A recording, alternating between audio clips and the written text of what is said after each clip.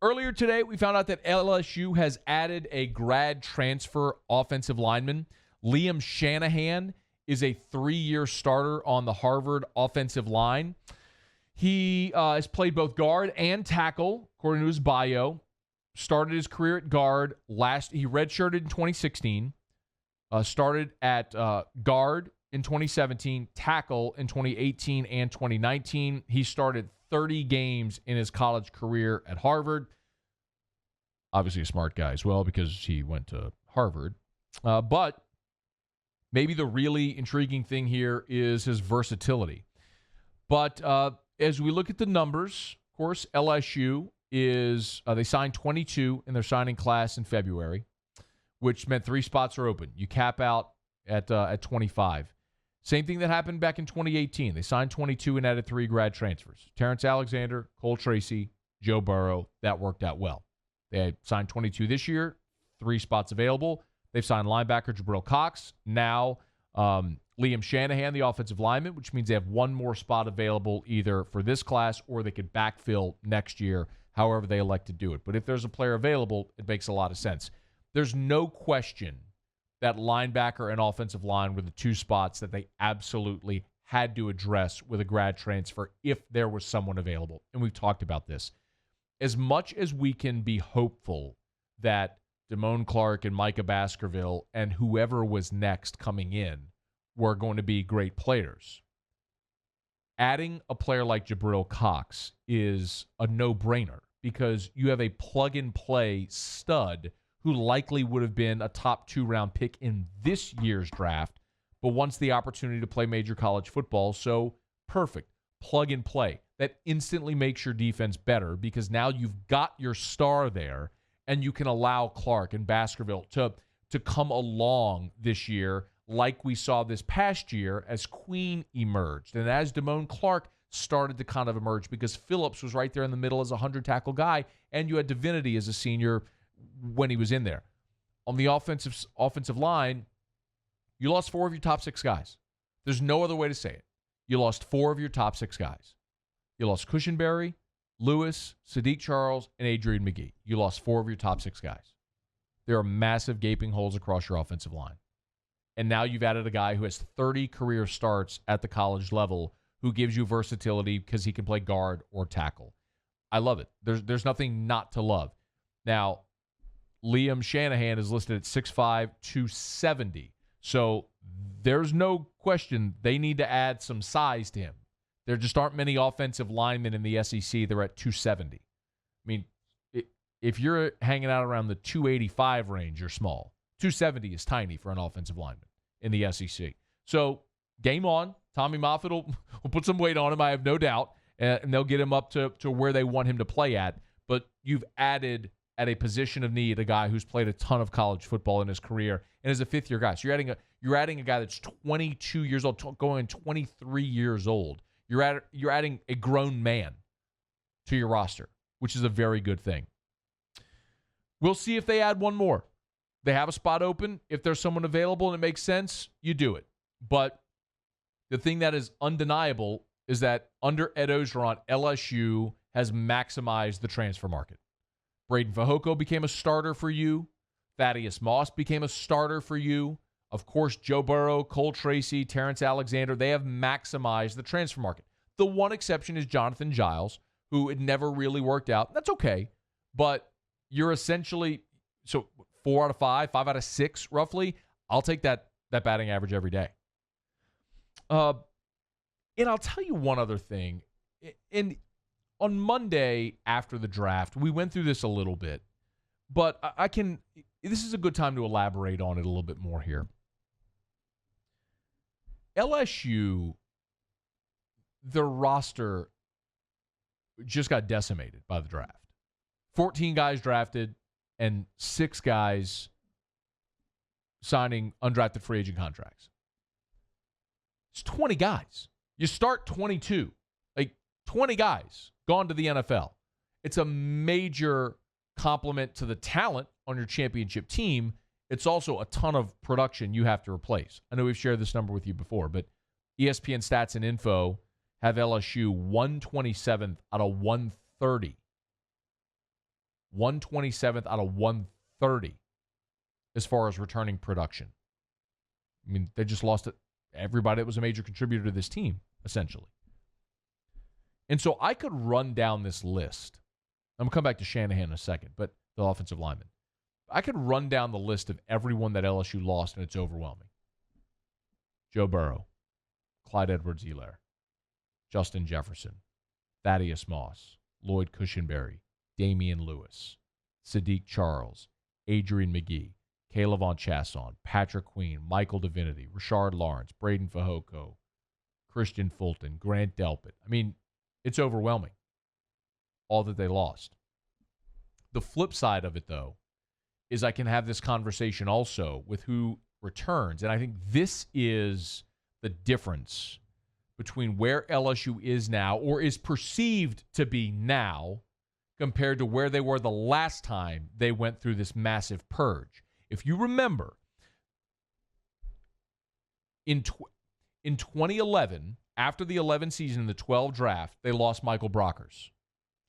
Brockers came in, they redshirted him because that's what you did. They had depth on the defensive line, so they redshirted Brockers.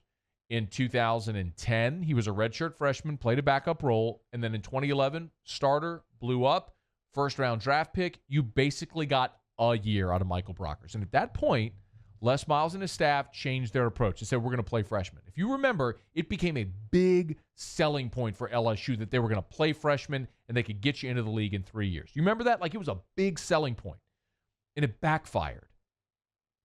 It helped you on signing day, but it backfired because you never built depth. You never built veteran depth when you did that. When they had the back-to-back years where they set the record for number of players that left early. They had 13 guys leave early for the 2013 draft. Mingo and Reed and Minter and Logan and Montgomery and Thorold Simon and all those guys that left early. Michael Ford and Spencer Ware. They all left early. Remember? All of them. And then it happened again the next year. Odell and Jarvis and Ego Ferguson and Trey Turner left early. And you had just a ton of guys, even Anthony Johnson, who left early but went undrafted. The problem was you hadn't restocked your veteran depth. And they went into 2014, not that you need a history lesson, but they went into 2014 and their starting defensive line at tackle, your most experienced defensive lineman was sophomore Christian Lockacher, who had something like 15 tackles as a freshman. That was your most experienced defensive lineman. And your other starting tackle was Devon Gotcha, who was a defensive end at Plaquemine, who had torn his ACL his senior year.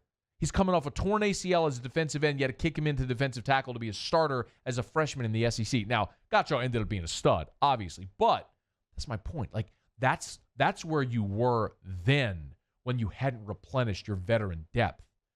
Look at where LSU is now. You just lost all of that talent to the NFL.